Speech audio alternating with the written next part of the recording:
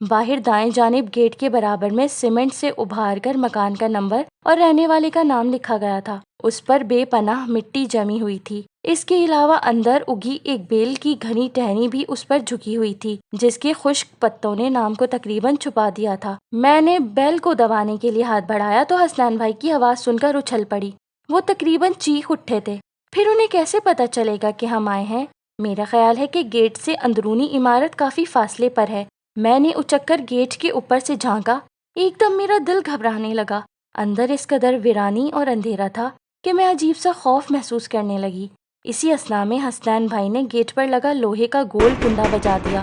مجھے قطعی امید نہیں تھی کہ اندر کوئی ذی روح بھی ہوگا اور اس آواز پر گیٹ کھول دے گا، مگر صرف چند لمحوں بعد ہی خشک پتوں پر کسی کے چلنے کی آواز آنے لگی۔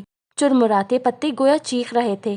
آنے والا بھاری قدم اٹھاتا ہوا گیٹ کے قریب آیا تو آنے والے کو دیکھ کر میں حیران رہ گئی۔ وہ اس قدر لمبا تھا کہ گیٹ اس کے سینے تک ہی آ رہا تھا۔ باہر اور اندر لگے درختوں کا سایہ اس کے وجود کو سائے میں تبدیل کر رہا تھا۔ اندر باہر کوئی بلب روشن نہیں تھا جہاں سے چند کرنیں بھی اس تک پہنچ پاتی۔ مجھے پہلی بار خیال آیا کہ یہ وقت بہت مناسب ہے۔ اوہ تم ہو؟ اس کی آواز بھاری سحر زدہ کر دینے والی تھی۔ پھر کنڈی کے کھلنے کی آواز دیر تک گونجتی رہی۔ پتہ نہیں کتنی لمبی کنڈی تھی جو کھل کے ہی نہیں دے رہی تھی۔ میں نے حسنین بھائی کی طرف دیکھا۔ وہ رومال سے پسینہ پونچھ رہے تھے۔ دروازہ کھل گیا تو حسنین بھائی نے پہلے مجھے اندر چلنے کا اشارہ کیا۔ جس لمبے تڑنگے شخص نے ہمارے لیے دروازہ کھولا تھا وہ پلٹ کر ہماری طرف دیکھے بغیر عمارت کے اندرونی حصے کی جانب بڑھ رہا تھا۔ خشک پتوں پر میں بھی چل رہی تھی، حسنین بھائی بھی چل رہے تھے، مگر جانے کیا بات تھی کہ جو پتے اس کے پیروں تلے روندے جا رہے تھے ان کی چرچراہٹ میں بلا کا کرب تھا اور بڑھنے والے ہر قدم کی دھمک سفاک سی لگ رہی تھی۔ کہیں دور سے آنے والی ملگی سی روشنی اب اس کے ہیولے کو واضح کر رہی تھی۔ وہ چوڑے شانوں اور مضبوط ہاتھ پیروں والا تقریباً 7 فٹ کا آدمی تھا۔ میں نہیں جانتی تھی کہ وہ کون ہے اور وہ ہم سے اتنی دور بھی نہیں تھا کہ میں حسنین بھائی سے پوچھتی کہ یہ کون ہے۔ ہم آگے پیچھے چلتے ہوئے اندر بنی عمارت کی طرف بڑھ رہے تھے۔ میں نے چاروں طرف نگاہ ڈالی۔ عمارت خالی احاطے کے بیچوں بیچ بنی ہوئی تھی۔ چاروں طرف لگے اونچے اونچے برگد کے درختوں کے علاوہ کہیں کہیں خوردرو جھاڑیاں بھی تھیں۔ ابھی آسمان کے اندھیرے بہت گہرے نہیں ہوئے تھے، مگر یہاں مکمل تاریکی پھیلی ہوئی تھی، جس کی 100% وجہ یہ درخت تھے۔ انہی درختوں کی وجہ سے یہاں خنکی بھی زیادہ تھی۔ ہم تقریباً 50-60 قدم کے فاصلے پر بنی عمارت کی سیڑھیوں تک پہنچ گئے۔ یہاں 8-10 سیڑھیاں چڑھنے کے بعد ہم برآمدے میں پہنچ گئے، جس کے فرش پر سیاہ و سفید رنگ کے ٹائلز لگے ہوئے تھے۔ بالکل سامنے 2 پٹ والا پرانے اسٹائل کا لکڑی کا دروازہ تھا۔ اس کے دائیں بائیں کھڑکیاں تھیں۔ جتنی گندگی ان سیڑھیوں سے نیچے تھی اتنی ہی صفائی ان سیڑھیوں کے بعد تھی۔ سفید وارنش کیے ہوئے دروازے کے پٹ چمک رہے تھے۔ واضح کر دوں کہ اونچائی پر سڑک کے باہر لگا بلب اپنی روشنی یہاں تک پھیلا رہا تھا۔ اس کے علاوہ کھڑکیوں کے اندر سے چھن کر آنے والی روشنی بھی یہاں کی تاریکی کو چیرنے میں معاون تھی۔ کھڑکی کی چوکھٹوں کے درمیان لگے کھردرے شیشے بہت صاف اور چمکدار تھے۔ اوپر کی طرف روشن دان تھے، مگر ان شیشوں کا رنگ گہرا نیلا تھا۔ اس روشنی میں آتے ہی میں نے ایک جانب سے آگے جانے والے کے چہرے کی طرف دیکھنا چاہا، مگر پھر بھی اس کے نقوش واضح طور پر نہ دیکھ سکی۔ میرا یہ اضطراب بے وجہ تھا۔ ابھی کچھ ہی دیر میں ہمیں اندر داخل ہونا تھا اور اندر سے باہر آنے والی روشنی کی کرنیں اس بات کا ثبوت تھیں کہ اندر کافی روشنی ہے اور میں اسے بہت جلد خوب اچھی طرح دیکھ سکوں گی۔ وہ دروازے پر رک گیا۔ اس نے بڑے مدھم سے انداز میں دروازے پر جیسے ایک مخصوص سی تال میں دستک دی۔ چند لمحے انتظار کے بعد پھر ایک بار اس نے دائیں ہاتھ کی ایک انگلی سے دستک دی۔ دستک کی آواز اندر گونجتی ہوئی سی محسوس ہوئی۔ اس نے پھر توقف کیا۔ میں الجھنے لگی۔ مجھے غصہ آ رہا تھا کہ جب وہ شخص اس عمارت سے نکل کر دروازے کو کھولنے گیٹ تک آیا تھا تو پھر کسی کو کیا ضرورت تھی کہ اندر سے دروازہ بند کرتا۔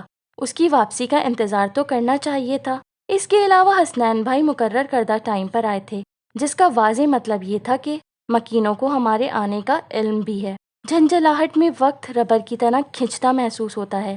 میں نے بے چینی سے پہلو بدلا۔ حسنین بھائی ساکت و جامد بے حس و حرکت کھڑے تھے۔ ان کے ہاتھ میں رومال تھا اور وہ ہر تھوڑی دیر کے بعد رومال کو چہرے پر زور زور سے رگڑ رہے تھے۔ مجھے سب سے زیادہ حیرت حسنین بھائی کے رویے پر تھی۔ یوں لگ رہا تھا جیسے وہ بن بلائے کسی ایسی جگہ پر آ گئے ہوں جو ان کے خواب و خیال سے بھی معاورہ ہو، حالانکہ ملاقات کی یہ ساری کاروائی کئی روز پہلے سے ہی شروع ہو چکی تھی۔ وہ شاہ بابا اور میرے درمیان رابطہ بنے ہوئے تھے۔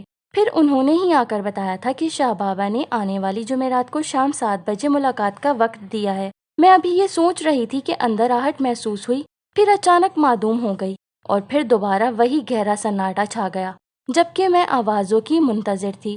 کنڈی کھولنے کی آواز، استقبالیہ جملوں کی آواز، دروازہ کھولنے اور بند کرنے کی آواز، مگر گہرے سناٹے میرے اندر اتر رہے تھے۔ میری تمام حصیں بیدار تھیں، سماعت دروازے سے چپکی ہوئی تھی، مگر اس وقت میں حیران ہو گئی جب سماعت کی ساکت جھیل میں کسی آواز سے ارتعاش پیدا ہوئے بغیر دروازہ بے آواز کھلتا چلا گیا۔ تھینک یو زیوسا، ہمارے آگے موجود شخص نے کہا اور اندر داخل ہو گیا۔ اس کے پیچھے میں اور میرے پیچھے حسنین بھائی تھے۔ میں پھر فک رہ گئی، یعنی اندر مجھے دروازہ کھولنے والا کوئی شخص نظر نہیں آیا، کمرہ خالی تھا، مگر وہ شخص اب بھی ایک جانب دیکھ کر مسکرا رہا تھا۔ اب میں نے اس شخص پر نگاہ ڈالی۔ یقین کیجئے مجھے یوں لگا جیسے اس کے چہرے پر نگاہ پڑتے ہی مجھ میں کرنٹ دوڑ گیا ہو۔ یہ کرنٹ دوڑنے والا محاورہ نہیں ہے، میں نے یقینی طور پر ہلکا سا جھٹکا محسوس کیا۔ میرا بدن لمحے بھر کو سن ہو گیا تھا۔ نامعلوم اس شخص کے وجود میں ایسی کیا بات تھی جس نے میرے اندر ایک طوفانی کیفیت پیدا کر دی تھی۔ میرا بدن ساکت تھا، صرف میری نگاہیں تھیں جو اس کے سراپے سے چپک کر رہ گئی تھیں۔ میں نے اتنا پرکشش، اتنا حسین اور اتنا پروقار کسی کو نہیں پایا۔ کس قدر مردانہ وجاہت تھی، کیسا عجیب سا تمطراق تھا، اس کی آنکھوں میں بے خود کر دینے والا سحر تھا۔ میں پہلے ہی بتا چکی ہوں کہ میرا خیال ہے کہ میں بڑے مضبوط اعصاب کی مالک ہوں۔ یہ دوسرا واقعہ تھا جو مجھے خود آگہی دے گیا۔ مجھ میں نہ نگاہ جھکانے کی ہمت تھی، نہ پلک جھپکنے کی سکت۔ اچانک اس کی آواز نے مجھے جیسے کسی ذہنی حصار سے باہر کھینچ لیا۔ میرے مہمان آئے ہیں، حسنین کو تو تم جانتی ہو، یہ سیما غزل ہے، اگر تم اجازت دو تو۔ انہوں نے جملہ ادھورا چھوڑ دیا، پھر ان کی نگاہیں سفر کرتی ہوئی اندر کے دروازے تک چلی گئیں۔ ان کے چہرے پر تشکرانہ مسکراہٹ تھی۔ مجھے یوں لگا جیسے وہ جس ہستی یا غیر مرئی مخلوق سے مخاطب تھی کمرے سے باہر چلی گئی ہو۔ تھینک یو زیوسا، انہوں نے اس بار پکار کر کہا، پھر گہرا سانس لیا، ہماری طرف مڑے۔ اب ان کے چہرے پر استقبالیہ مسکراہٹ تھی۔ آپ بیٹھیے نا، انہوں نے وکٹورین طرز کے صوفوں کی طرف اشارہ کیا۔ اب میں نے کمرے پر نگاہ ڈالی۔ جب وہ بولے تو مجھے یوں لگا جیسے میں ان کے طلسمی حصار سے باہر آ گئی ہوں، یا میں نے اپنی اعصابی کمزوری پر قابو پا لیا۔ یہ کمرہ کافی بڑا تھا۔ اندر کی طرف جو رنگ دیواروں پر تھا وہ سنہرا تھا، جس کی وجہ سے جگہ جگہ لگے بلب کی روشنی میں دیواروں سے بھی شعاعیں سی پھوٹتی محسوس ہو رہی تھیں۔ ان سنہری دیواروں پر سیاہ رنگ کے بڑے بڑے فریم تھے، اور ان فریموں میں کچھ عجیب و غریب قسم کی تصویریں تھیں۔ دیواروں کے ساتھ 3 طرف سیاہ رنگ کے کپڑے کے صوفے تھے۔ فرش پر ہلکا براؤن قالین تھا، جس پر جگہ جگہ سیاہ مکڑی کا سا ڈیزائن بنا ہوا تھا۔ قالین بے پناہ موٹا، نرم و گداز اور چمکدار تھا۔ دیواروں پر بنی کارنس پر سیاہ لیمپ رکھے تھے، جن کے شیڈز سنہرے تھے۔ مختلف کونوں میں رکھی لکڑی کی چوکور میزوں پر سیاہ شیشے کی بڑی بڑی بوتلیں تھیں، جن میں زیادہ تر سنہرے پھول تھے، جو سبز پتوں کے ساتھ بڑے حسین اور پرکشش لگ رہے تھے۔ دروازوں اور کھڑکیوں میں سیاہ پردے تھے، جن پر سنہرے چمکدار دھاگے سے مکڑی کے جالے کا ڈیزائن سا بنا ہوا تھا۔ جس دروازے سے ہم داخل ہوئے تھے اس کے سامنے بڑا سا ریشم کا پائیدان پڑا تھا۔ اسے دیکھ کر مجھے عجیب سا خوف محسوس ہوا، کیونکہ اس کی شکل بنولیو ایک جناتی سائز کی مکڑی جیسی تھی، اور یوں لگتا تھا جیسے یہ ابھی رینگنے لگے گی۔ یہ سوچ کر ہی میرے بدن میں سنسنی دوڑ گئی کہ میں اس پر پاؤں رکھ کر اندر داخل ہوئی ہوں۔ مکڑی نما پائیدان دیکھ کر میرے بدن میں جھرجھری سی پیدا ہوئی۔ میں نے نگاہ اٹھا کر سامنے بیٹھے شخص کو دیکھا۔ وہ حسنین بھائی سے رسمی باتوں میں مصروف تھے۔ صاف محسوس ہو رہا تھا کہ انہوں نے جان بوجھ کر مجھے موقع دیا ہے کہ میں چاروں اطراف کا جائزہ لے لوں۔ اب میں انہیں دیکھ رہی تھی، اور میرا خیال ہے کہ وہ میری نگاہوں کے بدلتے زاویوں سے بھی واقف تھے۔ دھیمی مسکراہٹ اور چہرے سے پھوٹتی روشنی کے حامل یہ صاحب مجھے بمشکل 45 برس کے لگے۔ بھاری جبڑوں کے باوجود چہرے پر عجیب سی نرمی تھی۔ آنکھوں کی خوبصورت بناوٹ آنکھوں کی بے پناہ چمک کی وجہ سے عجیب سحر زدہ سی لگ رہی تھی۔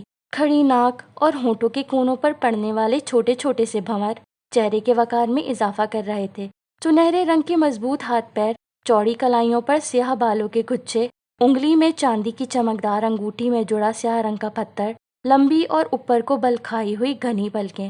میں اتنی خوبصورتی ایک ہی شخص میں دیکھ کر مبہوت رہ گئی۔ وہ سفید براق کرتے پاجامے میں ملبوس تھے، کرتا آڑھے گلے کا تھا جو بٹن کے بجائے باریک ڈوری سے بندھا تھا۔ اوپری حصے سے ڈوری لٹک رہی تھی، گلے کا کونا گرا ہوا تھا اور سینے کے اوپری حصے کے سیاہ بال صاف دکھائی دے رہے تھے۔ سر کے بال بھی گھنے گھونگھریالے اور بالکل سیاہ تھے، جبکہ کلموں کے بالوں میں سرمئی رنگ چمک رہا تھا۔ اچانک وہ میری طرف مڑے، اپنی مخمور نگاہوں سے میری طرف دیکھا۔ میں سنبھلنے کے چکر میں پھر لڑکھڑاسی گئی۔ وہی بجلی کا جھٹکا سا محسوس ہوا، مگر اس بار اس کی شدت قدرے کم تھی۔ سیما بی بی کیسی ہیں آپ؟ انہوں نے بے حد شائستہ انداز میں مسکراتے ہوئے مجھ سے پوچھا۔ مجھے لگا جیسے میرا حلق خشک ہو۔ میں نے پہلی بار بولنے کے لیے قوت صرف کی۔ جی اچھی ہوں، حسنین نے بتایا تو تعجب ہوا تھا۔ پہلی بات تو یہی عجیب لگی کہ کوئی خاتون پراسرار واقعات میں دلچسپی رکھتی ہیں، اور پھر یہ بھی حیرت ہوئی کہ وہ کسی ماہنامے میں باقاعدہ لکھتی بھی ہیں۔ میرا خیال ہے کہ تم پراسراریت سے واقف نہیں ہو۔ آخری جملہ انہوں نے خاصی بے تکلفی سے کہا۔ اس بے تکلفی نے مجھ میں بڑا اعتماد کیا۔ مجھے لگا کہ میں جو سکڑی سمٹی بیٹھی تھی ایزی ہو گئی ہوں۔ میرا مطلب ہے کہ تم پراسراریت کو صرف قصہ سمجھتی ہو، اس پر یقین نہیں رکھتی، ورنہ کبھی یہ خطرہ مول نہ لیتی۔ جی نہیں، یہ تو میں بھی جانتی ہوں کہ، لیکن میں بوکھلاہٹ کا شکار ہو گئی۔ یہ احساس بھی مجھے پہلی بار ہوا تھا کہ میں واقعی پراسراریت کے بارے میں کوئی حتمی رائے نہیں رکھتی۔ جو واقعات میں نے سنے یا لکھے تھے ان میں سارا اعتماد ان شخصیات پر رہا تھا جن سے واقعات سنے تھے۔ خود کسی واقعے کی میرے نزدیک کوئی اہمیت نہیں تھی۔ کوئی بات نہیں، وہ دھیرے سے مسکرائے اور بولے، ایسا ہوتا ہے، کوئی بھی شخص سنی ہوئی باتوں پر یقین نہیں کرتا، بالخصوص وہ لوگ جو واضح عقائد اور مضبوط سوچ کے بعد کسی بھی چیز، کسی شخص یا کسی واقعے کے بارے میں رائے رکھتے ہوں یا ان کے اپنے نظریات ہوتے ہیں۔ یہ اور بات ہے کہ لوگوں کے نظریے وقت کے ساتھ تبدیل ہوتے رہتے ہیں۔ کسی خاص عمر کی سوچ آنے والے کسی بھی لمحے میں تبدیل ہو جاتی ہے۔ بس عقائد ہی ہیں جو آدمی کو ستون کی طرح کھڑا کیے رکھتے ہیں، لیکن کبھی کبھی ان پر بھی زد پڑ جاتی ہے، بالکل اسی طرح جس طرح میں ڈھہ گیا ہوں۔ جی میں نے واقعی کبھی ان سنے ہوئے واقعات یا سنانے والے کو وہ اہمیت نہیں دی جو شاید دینی چاہیے، میں نے کھل کر اعتراف کیا۔ اگر کبھی ایسا ہو کہ تم خود کسی پراسراریت کا شکار ہو گئیں تو؟ انہوں نے عجیب سا سوال کیا۔ تو پتہ نہیں، اچانک مجھے ڈر لگنے لگا۔ ان کا یہ سوال صرف سوال نہیں لگا، بلکہ یوں لگا جیسے وہ مجھے چیلنج کر رہے ہوں۔ یہ حقیقت ہے کہ پراسرار کہانیاں لکھنا بڑا آسان ہے، مگر اسے بھگتنا بہت مشکل۔ مجھے اپنا حلق خشک ہوتا ہوا محسوس ہوا۔ شاہ بابا، میرے مزید کچھ کہنے یا شاہ بابا کے کچھ کہنے سے پہلے حسنین بھائی بول اٹھے۔ میں نے دیکھا وہ پہلے کی نسبت اب کافی پرسکون تھے۔ سیما آپ کی کہانی سننے کے لیے آئی ہے، اور میں بتا چکا ہوں کہ یہ اسے چھاپنے کا پروگرام بھی رکھتی ہے۔ اب اگر آپ مناسب سمجھیں تو۔ ہاں، میری زیوسا سے بات ہوئی تھی۔ انہوں نے گہرا سانس لے کر صوفے کی پشت سے ٹیک لگا کر کہا، میں صرف اتنا جانتا ہوں کہ جو باتیں میں آپ کو بتاؤں اسے 100% حقیقت سمجھا جائے، سچائی میں جھوٹ شامل نہ کیا جائے۔ زیوسا کو اس طرز عمل سے بے پناہ نفرت ہے، اور خود میں بھی پسند نہیں کرتا کہ سیدھی سادی بات کو ڈرامائی رنگ دینے کے چکر میں بات کا مفہوم بدل دیا جائے، جیسے کہ عام طور پر لوگ کرتے ہیں۔ آپ کو ایسی کوئی شکایت نہیں ہوگی، میں نے پرجوش انداز میں جواب دیا۔ وہ دھیرے سے مسکرائے۔ دوسری بات یہ کہ تم خوفزدہ نہیں ہونا۔ ہو سکتا ہے کہ تم کہانی سننے کے دوران میں کچھ باتیں یا واقعات عجیب و غریب محسوس کرو، مگر میں کوشش کروں گا کہ ان کی وضاحت کرتا رہوں یا حتی الامکان ایسی کوئی بات نہ ہونے دوں۔ بہت بہت شکریہ شاہ بابا، میں نے پہلی بار انہیں شاہ بابا کہا۔ تمہیں پوری کہانی سنانے کے لیے بہت وقت دینا پڑے گا، انہوں نے مجھ سے کہا، پھر بے اختیار دروازے کی طرف دیکھا۔ میں جانتی ہوں، میں نے جواب دے کر ان کی نگاہوں کا تعقب کیا۔ وہاں کوئی نہیں تھا، مگر شاہ بابا اٹھے جیسے دروازے پر کوئی کھڑا ہو۔ میں نے لمحہ بھر کو حسنین بھائی کی طرف دیکھا، وہ بھی شاہ بابا کی طرف دیکھ رہے تھے۔ وہاں سے میں نے جوں ہی نگاہ اٹھا کر شاہ بابا کی طرف دیکھا، ان کے ہاتھ میں ٹرے تھی اور وہ ہم سے بہت قریب تھے۔ یوں لگا جیسے یہ ٹرے کوئی اور لے کر آیا تھا اور جسے شاہ بابا نے لے لیا، حالانکہ میں نے شاہ بابا کے ہاتھ میں اب سے پہلے یا کمرے میں کوئی ٹرے نہیں دیکھی تھی۔ ٹرے پر اسکاچ سے بھرے جگ اور سیاہ رنگ کے شیشے کے خوبصورت گلاس رکھے تھے، کچھ نمکین چیزیں بھی تھیں۔ یہ پلیٹیں سیاہ تھیں، اور حیرت انگیز بات یہ تھی کہ ان گلاسوں، پلیٹوں اور جگ پر بھی سنہری رنگ سے مکڑی کے جالے کا سا ڈیزائن بنا ہوا تھا۔